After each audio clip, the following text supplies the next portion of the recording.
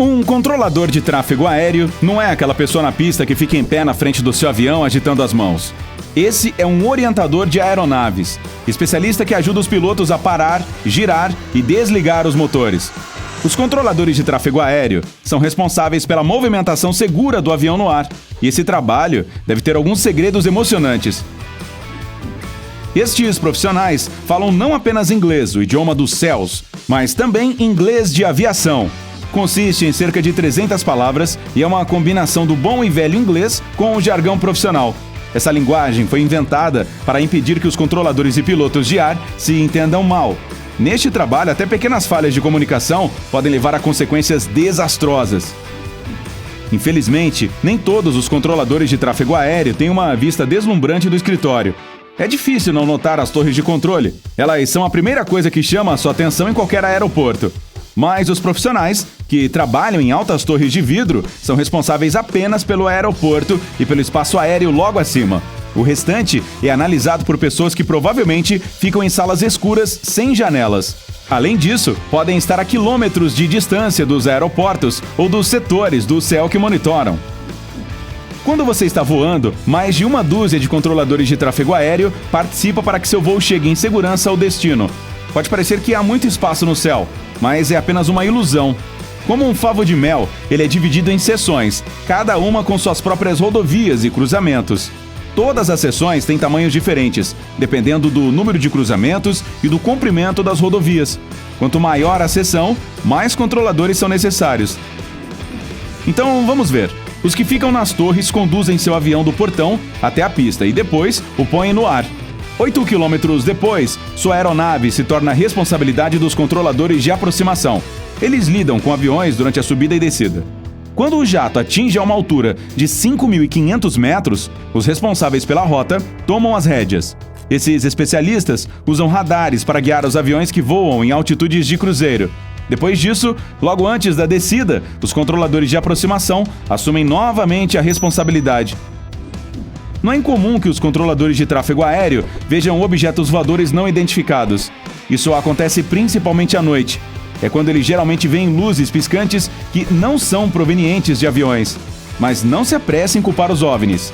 Os radares de tráfego aéreo são tão sensíveis que podem facilmente captar bandos de pássaros, grandes nuvens ou até caminhões enormes no chão. Ou discos voadores. Embora os controladores de tráfego aéreo possuam equipamentos especiais, todos precisam ser treinados em meteorologia. Se as máquinas falharem, eles terão que descobrir a velocidade e a direção do vento com a ajuda de um indicador específico. E para descobrir se a visibilidade está boa ou ruim, os controladores observam pontos de referência específicos, edifícios vizinhos, torres de água e celulares. A maioria dos profissionais de tráfego aéreo acha exaustivo lidar com pilotos com sotaques difíceis. Sim, todo mundo cujo trabalho é pilotar um avião deve falar inglês fluentemente. Afinal, é o idioma oficial da aviação. E ainda assim, existem problemas de comunicação com falantes não nativos.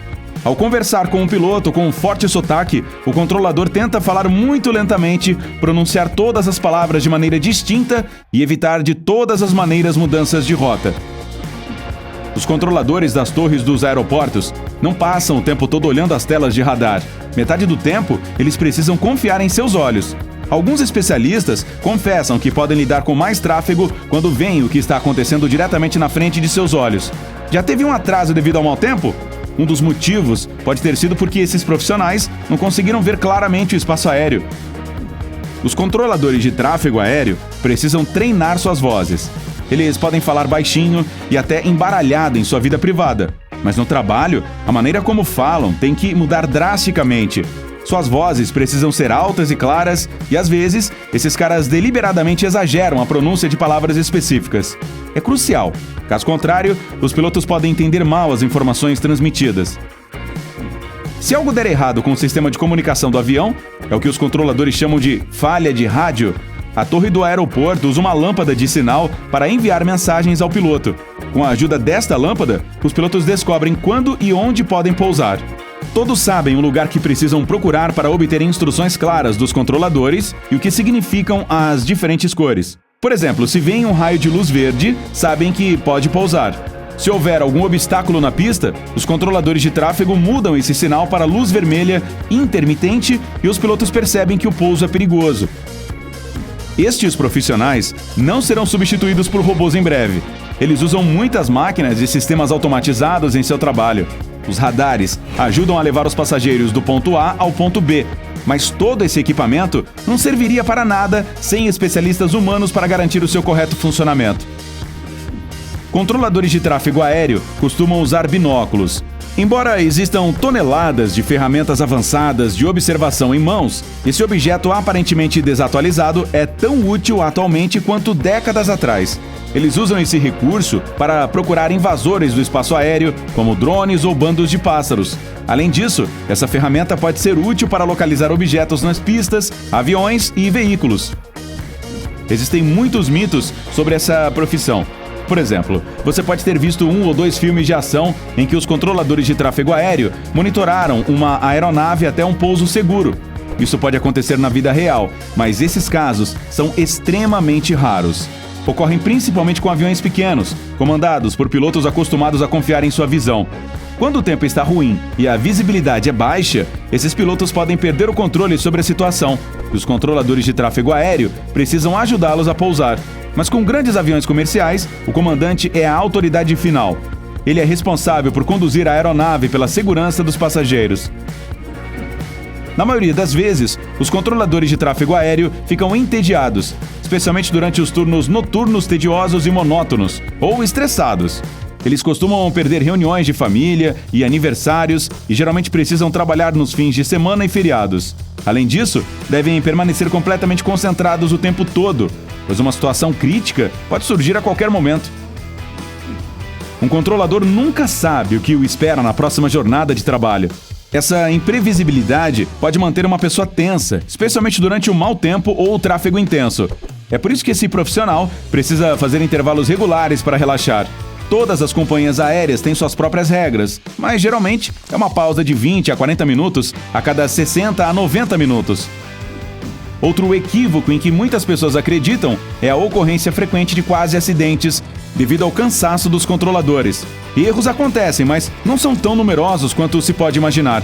Os profissionais se mantêm atentos às distâncias verticais e horizontais entre as aeronaves, também conhecidas como distâncias de separação, e garantem que elas cumpram suas rotas. E, finalmente, é necessário atender a requisitos muito rígidos para se tornar um controlador de tráfego aéreo. Ele não pode prescindir de uma visão perfeita, de reações extremamente rápidas e de uma mente afiada. Também deve ser capaz de pensar com clareza e tomar as decisões corretas sob pressão. Ei, se você aprendeu algo novo hoje, curta este vídeo e o compartilhe com um amigo. E aqui estão alguns outros vídeos legais de que eu acho que você vai gostar. Basta clicar à esquerda ou à direita e permanecer no lado incrível da vida.